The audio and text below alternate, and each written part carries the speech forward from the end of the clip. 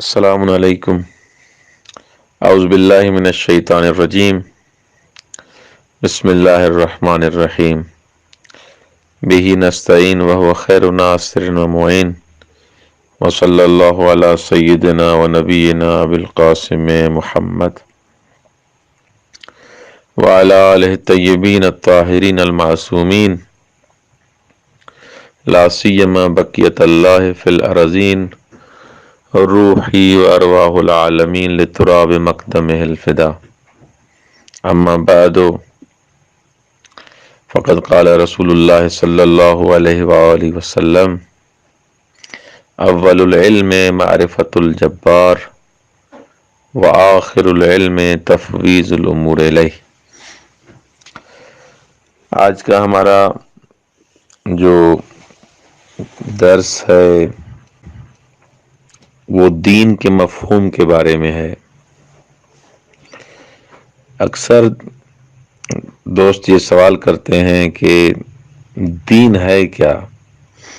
یہ جو آپ دین کی رٹ لگائے ہر انسان کو کہتے ہیں کہ میں دیندار ہوں، پہلے یہ پتہ تو چلے یہ دین ہے کیا۔ جب تک انسان کو اس وادی کا علم نہیں ہوگا، خود دین کا پتہ نہیں ہوگا، تو کیسے انسان اپنے آپ کو دیندار، دین شناس، وظیفہ شناس کہہ سکتا ہے؟ اس لیے سب سے پہلے جو کتب کلامی ہیں، اصول دین کے بارے میں جو کتب لکھی گئی ہیں، اس میں بہتر یہ ہے کہ انسان دین کو واضح کرے، اور جب تک اس دین کو واضح نہیں کرے گا، اس کی مفہوم شناسی نہیں جانے گا، تب تک انسان شاید کافی الجھنوں میں پڑ جائے۔ لہذا آج ہم یہ کوشش کریں گے، کیونکہ پہلا درس ہے، کوشش یہ کریں گے کہ ہم دین کے بارے میں وضاحت دیں، اور جہاں پر عربی یا فارسی متن پڑھنے کی ضرورت ہوگی اس کو بھی ہم پڑھیں گے۔ کیوں؟ کیونکہ ہمارا ہدف یہ ہے کہ ہم سمجھیں کہ عقیدہ کیا ہے۔ بڑا المیہ یہ ہے ہمارے، خاص کر کے پاکستان کے مدارس کا، اور جو افراد ممبر پہ چلے جاتے ہیں، سخنرانی کرتے ہیں، تقریر کرتے ہیں، ان کو عقیدے کا پتہ نہیں ہوتا۔ ادھر سے ادھر سے مجلس سے فلاں جگہ سے کچھ چیزیں یاد تو کر لیں، لیکن ڈھنگ سے کوئی چیز سیکھتے نہیں ہیں کہ ہمیں کلام کے بارے میں، عقائد کے بارے میں کیا پڑھنا چاہیے۔ بہرحال یہ بڑا المیہ ہے، تو لہٰذا ہر انسان اپنی وسع اور توان کے حساب سے اس کو کوشش کرنی چاہیے کہ کیسے عقائد کو اس کو حاصل کرنا چاہیے، کیونکہ عقائد وہ چیز ہے، اصول دین وہ چیز ہے جس میں تقلید نہیں ہوتی۔ فروع دین میں تو آپ تقلید کر لیں کہ مثلا اس مسئلے میں فلاں مرجع کیا فرما رہے ہیں، اس مسئلے میں فلاں مجتہد کیا فرما رہے ہیں، آپ اس کی فتویٰ پر عمل کریں گے اور اپنی زندگی بسر کریں گے۔ لیکن عقیدے کے حساب سے ہمیں کس چیز کو فالو کرنا چاہیے، کیونکہ اس میں تقلید نہیں ہوتی، ہمیں کیسے اپنے عقائد کو بنانا چاہیے، عقیدے ہمیں ہمارے کیسے ہونے چاہیے۔ اور سیدھی سی بات ہے، منبع قرآن ہے، منبع حدیث ہے، انہی کو ہم پڑھ کے اس کائنات میں عقل و تدبر سے ہم اپنے عقیدے تک پہنچ سکتے ہیں۔ لہذا بغیر مطالعے کے، بغیر پڑھے اور بغیر درس کے یہ چیزیں حاصل نہیں ہوتی۔ تو لہذا آج ہم سب سے پہلے جو ہمارا درس ابھی شروع ہوگا وہ دین کے بارے میں ہوگا۔ عقائد اسلامی یا عقیدے کی وجہ کو آپ کہیں، اسی کا نام اصول دین ہے، یعنی وہ بنیادیں جس پر یہ دین استوار ہے، جس پر یہ دین کھڑا ہوا ہے۔ لہذا سب سے پہلے دین کی وضاحت کی ضرورت ہے۔ دین جیسے کہ آپ جانتے ہیں، دین عربی کا لفظ ہے، فارسی کا لفظ نہیں ہے، اردو کا لفظ نہیں ہے۔ دین عربی کا لفظ ہے، لغت عربی کا لفظ ہے.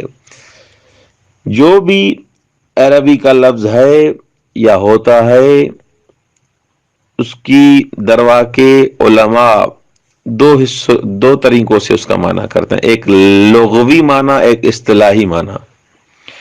دین کا لغوی معنی ہے اطاعت، دین کا ایک معنی ہے جزا. ان معنیوں کی طرف ہم رجوع کر سکتے ہیں.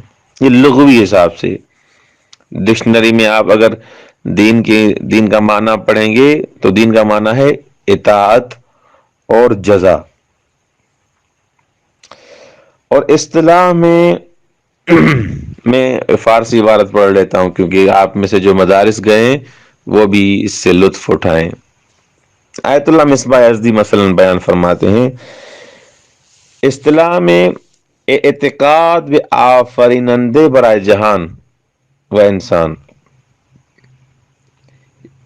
اصطلاح میں عقیدہ رکھنا ہے کہ اس انسان اور جہان کا کوئی خالق ہے، ایک و دستورات عملی متناسب با این عقائد میں باشد.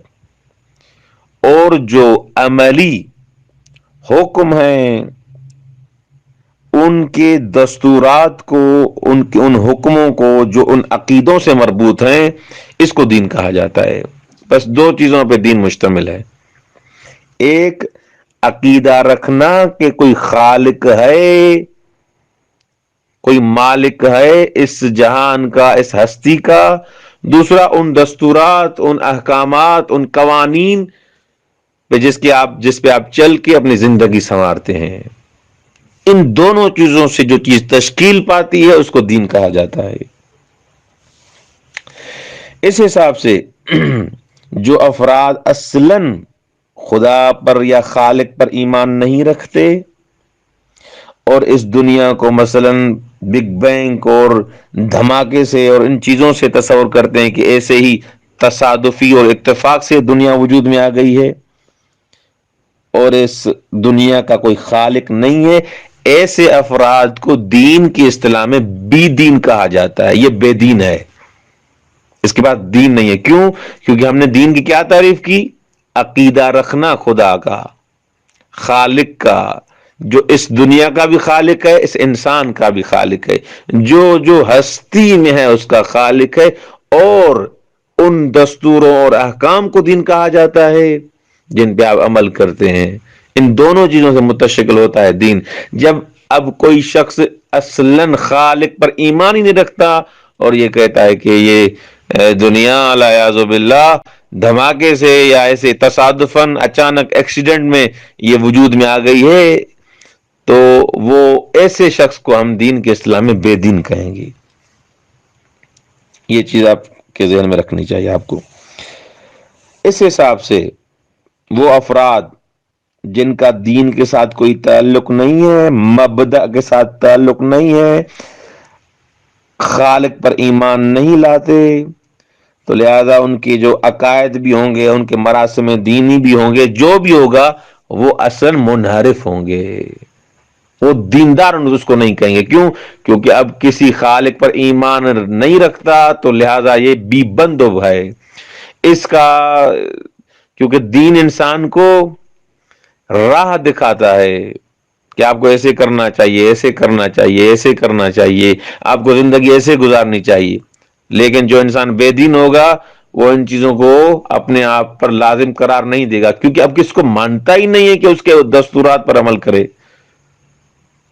وہ بالکل آزاد ہے، اس کو کسی چیز کی مثلاً پرواہ نہیں ہے، قتل بھی کرے گا، العیاذ باللہ لوگوں پر ظلم بھی کرے گا، تصرفات بھی کرے گا، اصلاً کسی چیز کی اس کو پرواہ نہیں. کیوں؟ کیونکہ بے دین ہے. اب کسی پر اعتقاد رکھتا نہیں ہے تو کیوں اب یہ انسان اس کا پابند بنے گا. لہذا ایسے افراد کو بے دین کہا جاتا ہے. یہ چیز آپ ذہن میں رکھیں. ہاں البتہ ایک چیز ذہن میں رکھیں، وہ افراد جو یہ عقیدہ رکھتے ہیں کہ خالق ہے، مالک ہے، دستورات دینی ہیں، لیکن اب عقیدہ رکھتا ہے لیکن اب وہ بقول کہ عمل نہیں کرتا، کبھی نماز پڑھی کبھی نہیں پڑھی، یہ دروا کے دیندار ہے، یعنی دین والا ہے، مسلمان ہے صاحب اس کو کہیں گے، کیونکہ کلمہ لا الہ الا اللہ اس نے پڑھا ہے۔ ہاں البتہ منحرف ہو گیا ہے، تقوی نہیں، پرہیزگاری نہیں، اور یہ چیزیں اس میں نہیں ہیں، لیکن آپ اس کو دیندار کہیں گے، یہ اس کے بعد دین ہے، مسلمان ہے، دائرے حساب سے آپ اٹھنا بیٹھنا جو اسلامی تعلقات ہیں آپ اسے سلب نہیں کر سکتے۔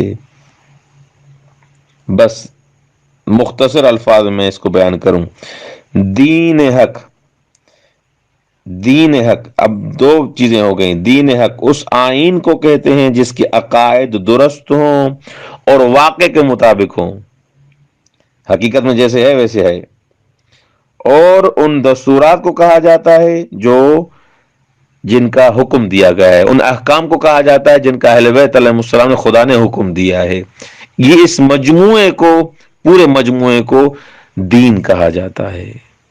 السلام علیکم ورحمۃ اللہ۔